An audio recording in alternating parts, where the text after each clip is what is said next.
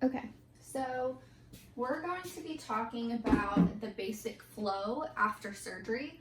So what's going to happen is the person who is assisting in surgery, your job is going to be to immediately spray this countertop down and get everything cleared out.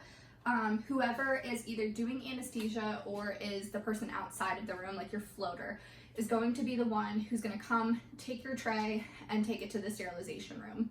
The rule is whoever takes the tray brings back a tray, and whoever is doing the surgery, the first priority is going to be spray this countertop down. This countertop should be sprayed down and wiped down, I would say within 10 seconds of the tray leaving the room.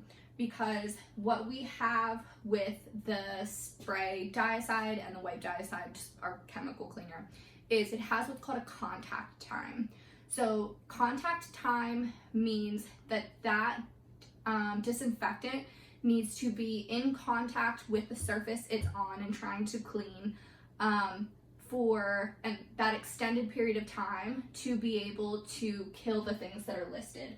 So we use Diazide Ultra. If you look on the list that it has on the front of it, there are things that have a contact time of 1 minute and things that have a contact time of 30 seconds. So things for 1 minute is things like staph, salmonella, E. coli, HIV, stuff like that. 30 seconds is like more minor things like influenza A, human coronavirus, and I think that's kind of it.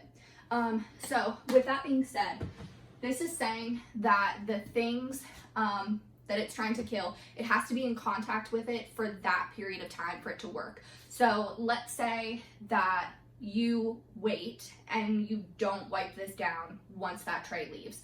So if I wipe this down right now and somebody immediately comes in and sets a tray on here, now we are cross-contaminating because we didn't give it that full minute to be in contact with this surface to be able to work.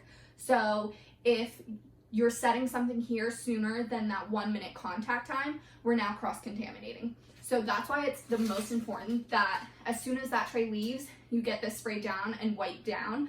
So that way, whenever somebody does come to bring you a tray, you don't have to turn them away and say, oh, sorry, I just wiped it, it's not ready yet. I mean, granted, if that's the situation, you absolutely do. But if you're doing that, now you're delaying them. Now they've got to sit here and wait, or they've got to try to come back, and then you might not have your tray when you're ready to set up the room because now they've moved on to the things they're supposed to do.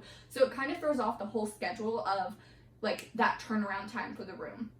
So you want to make sure that that's the first thing you do. So the tray leaves, we're immediately spraying this down, wiping this down, make sure we're wiping our metal tray, and then you're gonna start cleaning all your suctions. So with clean gloves, you would go into here, grab your Q-tips. What I like to do is, I'll use a paper towel for now to show, but when I'm cleaning my suctions, got this all wrapped up. I like to hold the Diazide wipe like this underneath of it, and then hold it underneath the sink, put the water in, and then be cleaning it out. Because if not, I feel like the water just kind of runs down here and then it'll like drip onto your scrubs or it drips onto the floor. So when you hold the wipe underneath of it, it stops it from dripping. And then not only that, when you're done, you know, with your Q-tip, then you can wipe it down and then hang it back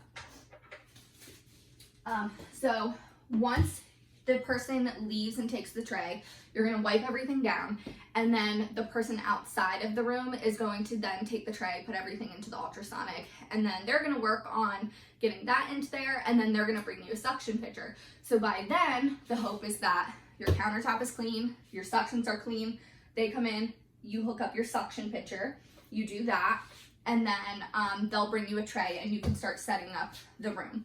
So our rule of thumb currently is that the trays are made at the beginning of the day, and that way when they come in, they stay covered and they remain covered. So that way instruments are never exposed out to the open when there's still a patient in the room. So, as of right now, that's what we're doing. It could change, but just know that our rule of thumb right now is no instruments out and open and exposed if patients are still in the room. which is a great rule of thumb. But that means that you need to set your trays up at the beginning of the day, which in my opinion is honestly better, because you can take your morning, get everything set up, you set up your trays, and not only that, then you have to really go through your schedule, know what you're setting up for, so you get kind of an overview of your day.